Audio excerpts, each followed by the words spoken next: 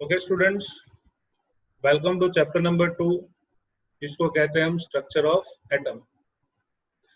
Students, in last lecture we have taken limitations of Niels Bohr's atomic theory.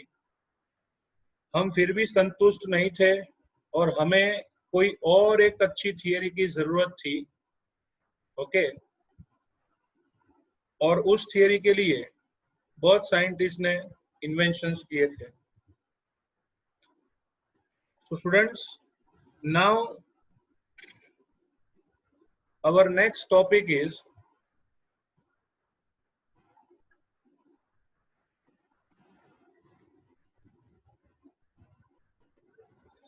approach to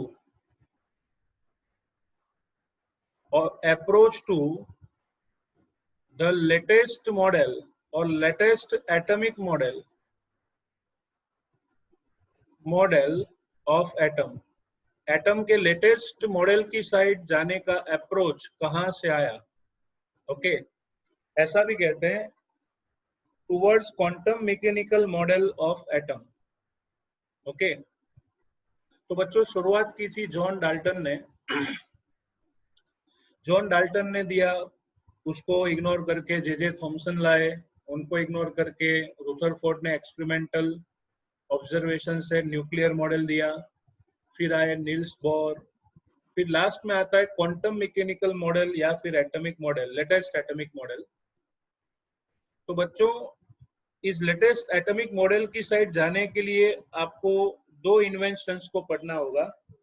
पहला है dual nature of matter, that is called dual nature of matter, और दूसरा है uncertainty principle of Heisenberg. Okay, इन दोनों principles को आज हम पढ़ेंगे। लेटेस्ट मॉडल की साइड जाने के लिए ये दोनों पढ़ना जरूरी है, dual nature of matter and uncertainty principle of Heisenberg. तो बच्चों, today our first topic is dual nature of matter. Okay, तो चलो फर्स्ट टॉपिक है आज हमारा dual nature of matter. Okay, so students 1924 में एक फ्रेंच साइंटिस्ट था, फिजिसिस्ट। ओके, फ्रेंच फिजिसिस्ट था जिसका नाम है डी ब्रोगली। क्या नाम है? De Broglie. तो डी ब्रोगली नाम के साइंटिस्ट ने जिनुआ की जो एक परिषद थी, उस जिनुआ की परिषद जिसको मैं बोलता हूं मेला, साइंटिफिक मेला, जिनुआ की परिषद में साइंटिफिक मेला जमा था, उसमें उन्होंने एक प्रेडिक्शन और एक क्या बोलते हैं आर्गुमेंट किया। उन्होंने कहा कि भाई बच्चों, मतलब स्टूडेंट्स, लाइट जो है, लाइट पहले से हम उसको वेव नेचर कहते थे। अगर उसको अल्बर्ट आइंस्टाइन और max Planck particle nature prove कर सकता है तो मैटर तो सालों से पार्टिकल है, मैटर को सालों से एक्सेप्ट हुआ है कि it has a particle nature, matter को, लेकिन क्या उसको भी वेव नेचर हो सकता है? तो उन्होंने कहा yes, it should also have wave nature. Okay, उनका आर्गुमेंट था कि रेडिएशन और light is accepted as wave nature since so many years if it has particle nature by photoelectric effect and black body radiation। so सालों से matter को particle nature है, तो उस पार्टिकल नेचर के साथ साथ मैटर को वेव नेचर भी होना चाहिए। ओके, और ऐसे मैटर के वेव्स को उन्होंने नाम दिया, ऐसे मैटर के वेव्स को उन्होंने नाम दिया मैटर वेव्स। क्या नाम दिया? Matter waves. और उस मैटर वेव के लिए उन्होंने इक्वेशन दिया जिसे मैटर वेव इक्वेशन कहा गया। उन्होंने बताया कि जैसे लाइट में ड्यूअल नेचर है वैसे मैटर में भी ड्यूअल नेचर है, और मैटर के वेव्स को मैटर वेव कहते हैं, और उनका इक्वेशन दिया जिसे मैटर वेव इक्वेशन कहते हैं, that is called lambda is equal to h by mv is equal to h by p। इसे मैटर वेव इक्वेशन कहते हैं। It is known as matter wave equation. Okay, understood. अब ये बात text book में इतनी दी है, लेकिन मैं डी ब्रोगली साइंटिस्ट का बड़ा फैन हूँ, तो उन्होंने ये इक्वेशन कैसे दिया वो मैं आपको थोड़ा गुड इंग्लिश में समझाना चाहूंगा। लेट अस सी साबिती ऑफ डी ब्रोगली इक्वेशन। तो बच्चों, डी ब्रोगली इक्वेशन, उसका प्रूफ ऐसा है कि मैक्स प्लैंक का इक्वेशन है। मैक्स प्लैंक का इक्वेशन था फोटोन की एनर्जी इज इक्वल टू हसीमिडा, मतलब एचसी बाय लैम्बडा। फिजिक्स की दादी मतलब अल्बर्ट आइंस्टाइन आई, उसका फॉर्मूला था E is equal to mc square, photon की energy. Left sides are same, right sides are same, so formula हुआ हसीमिडा is equal to mc square. बच्चों एक एक सी कैंसिल हुआ तो आएगा, लैम्बडा को सब्जेक्ट ऑफ फॉर्मूला बनाऊं तो लैम्बडा सामने जाएगा और mc वापिस आएगा, तो h बाय mc आया। तो ये फोटोन की वेवलेंथ हुई ना। कौन सी वेवलेंथ हुई? फोटोन की वेवलेंथ। तो स्टूडेंट्स, फोटोन की वेवलेंथ का फॉर्मूला मिला lambda is equal to h by mv। अगर कोई पार्टिकल हो तो किसी भी पार्टिकल के लिए ये फॉर्मूला प्रूव हो गया, lambda is equal to h by mv। Photon की वेलोसिटी c, तो पार्टिकल की वेलोसिटी v होगी। तो ऐसा प्रूव ओनली 4 स्टेप में मैथमेटिक्स से उन्होंने फॉर्मूला लाया, और इस फॉर्मूला को मैटर वेव इक्वेशन कहते हैं, जिसमें आप देख सकते हो वन साइड वेवलेंथ है, मतलब वेव नेचर है, और दूसरी साइड मोमेंटम है, मास है, जो पार्टिकल नेचर है।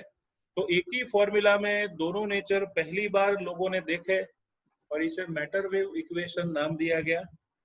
1925 में उनको इस थियरी के लिए पीएचडी की डिग्री दी गई, फिलोसॉफिक डॉक्टर पीएचडी।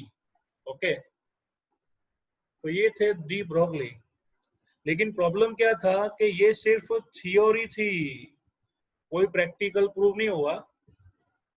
उनका प्रिंसिपल ऐसा था जो बुक में नहीं है, याद रखना, every moving microscopic particle has wave nature. उन्होंने कहा every moving microscopic particle has wave nature. हर एक मूविंग माइक्रोस्कोपिक पार्टिकल को वेव नेचर होता है। Every moving microscopic particle has wave nature, बराबर। तो ये डी ब्रोगली इक्वेशन है। आपको इसकी मैं हिस्ट्री पढ़ा रहा हूँ शॉर्ट में, ध्यान रखिएगा। हिस्ट्री ऐसी है कि डी ब्रोगली आर्ट्स के स्टूडेंट थे, याद रखना, फाइन आर्ट्स के स्टूडेंट थे। उन्हें मैथमेटिक्स से प्रूव कर दिया साइंस की थियरी, तो उनको पीएचडी मिल गई। तो student of arts becomes professor of science, वो साइंस के प्रोफेसर बन गए। हिस्ट्री में ऐसा पहली बार हुआ है। और आपको बता दूं, हिस्ट्री इतनी जोरदार है कि पूरा 25 अगस्त 2020 तक, आज की तारीख और दोपहर के 1:30 बजे तक आप देखोगे तो जितने भी पीएचडी है फिलोसॉफिक डॉक्टर विश्व के सभी, उनमें सिर्फ एक डी ब्रोगली ही ऐसा था जिसने 75% पेज में पीएचडी की डिग्री ले ली। हो गया, left side is equal to right side करके इतने में प्रूव कर दिया। इतना ही नहीं, वो प्रोफेसर ऑफ साइंस बना, लेकिन लोग चिढ़ाते थे कि ये तो कॉपी मारने वाला है, अरे इसने तो कुछ प्रूफ भी नहीं किया, अपने प्रिंसिपल को प्रूफ नहीं कर पाया। और इतना ही नहीं, कभी कभार स्ट्रेस में रहते थे। तो एक बार क्या हुआ कि वो वैसे थियरी बोर्ड पर पढ़ा रहे थे और पीछे लास्ट बेंच पर 2 बच्चे बैठे थे, पहले बच्चे का नाम था डेविसन और दूसरे का नाम था गर्मर, कॉलेज की बात है। तो डेविसन और गर्मर दोनों तूफान कर रहे थे। डी ब्रॉगली ऑलरेडी स्ट्रेस थे, उन्होंने धमकाया, फटकारा, क्लासरूम से बाहर निकाल दिया।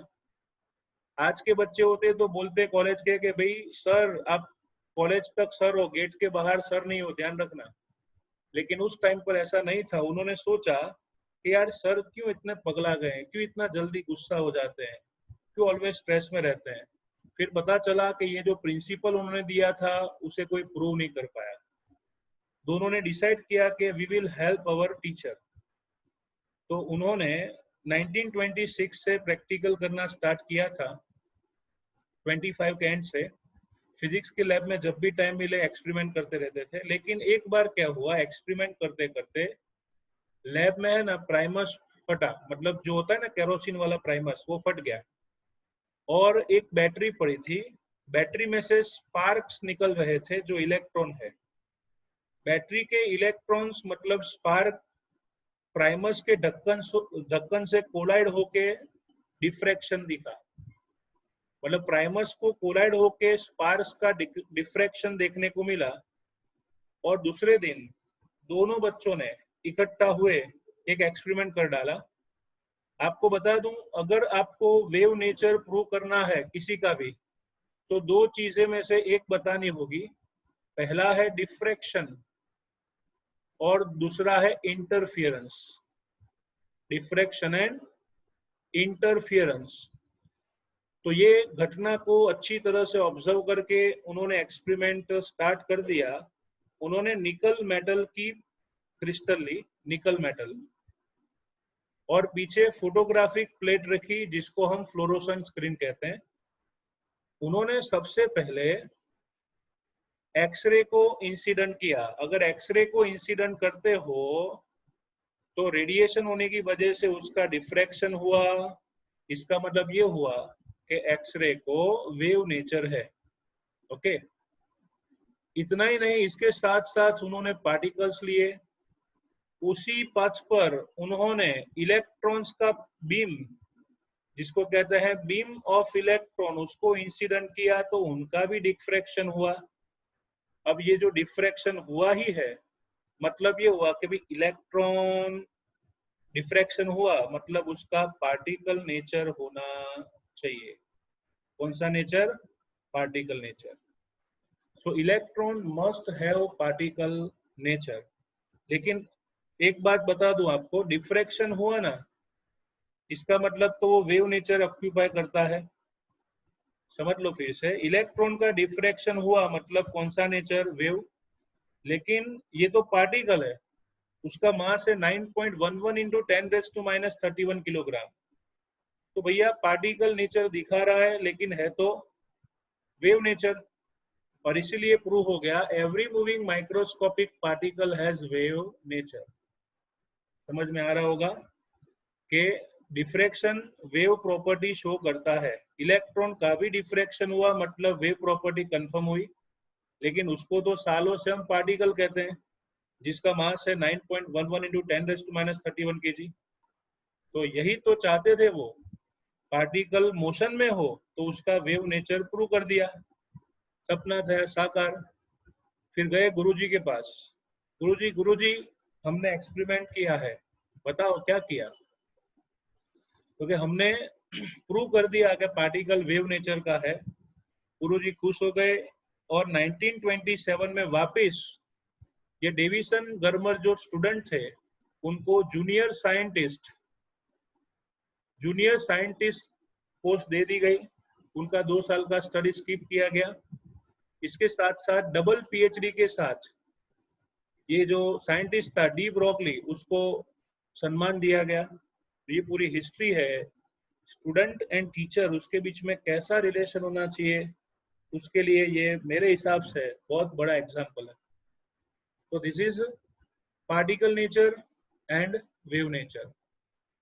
बच्चों, हमारी बुक में तो एक लाइन दे दी है कि इलेक्ट्रॉन का वेव नेचर प्रूव करके ये प्रिंसिपल दिया गया था, लेकिन उसकी हिस्ट्री ऐसी है। अब इसका यूज क्या है? What is the use of de Broglie experiment? तो स्टूडेंट्स, जनरली सिंपल माइक्रोस्कोप हो, सिंपल माइक्रोस्कोप, उसमें जनरली रेडिएशन, उसकी वेव प्रॉपर्टी यूज होती है, मतलब लाइट की वेव प्रॉपर्टी यूज होती है सिंपल माइक्रोस्कोप में। और नाम सुना होगा इलेक्ट्रॉन माइक्रोस्कोप। इलेक्ट्रॉन माइक्रोस्कोप में इलेक्ट्रॉन के डिफ्रैक्शन का यूज होता है, इलेक्ट्रॉन के डिफ्रैक्शन का यूज होता है। तो सिंपल माइक्रोस्कोप की कंपैरिजन में electron microscope 150 lakh times more zooming कर सकता है। सो electron microscope can zoom 150 lakh times more in comparison of simple microscope. This is use of wave nature of electron. Electron के वेव नेचर का use है जो electron microscope में use किया जाता है। Understood? Okay, now what is limitation? ये de Broglie principal की लिमिटेशन क्या है? तो बच्चों, limitation of D Broglie's experiment, उसका फॉर्मूला है lambda is equal to mass into h upon mv. So this is only applicable to microscopic particles. Okay, क्योंकि जिसका मास निग्लिजिबल होगा उसकी ही वेवलेंथ नोटेबल होगी ना। तो माइक्रोस्कोपिक पार्टिकल्स उसको एप्लीकेबल है, but it is not applicable to macroscopic particle, मतलब वो मैक्रोस्कोपिक पार्टिकल पर एप्लीकेबल नहीं है। Only applicable to microscopic particle but not applicable to macroscopic particle. समझ में आ गया? मतलब it is applicable to electron, proton, neutron, hydrogen atom, but not applicable to चालतो हाथी, दौड़तो मानस, उड़तो विमान, ट्रेन, इन सभी को मोशन में हो तो एप्लीकेबल नहीं है। So this is dual nature of matter. Matter का ड्यूअल नेचर हम ऐसे प्रूव कर सकते हैं। ओके, तो ये हुआ मैटर का dual nature. Now let us see our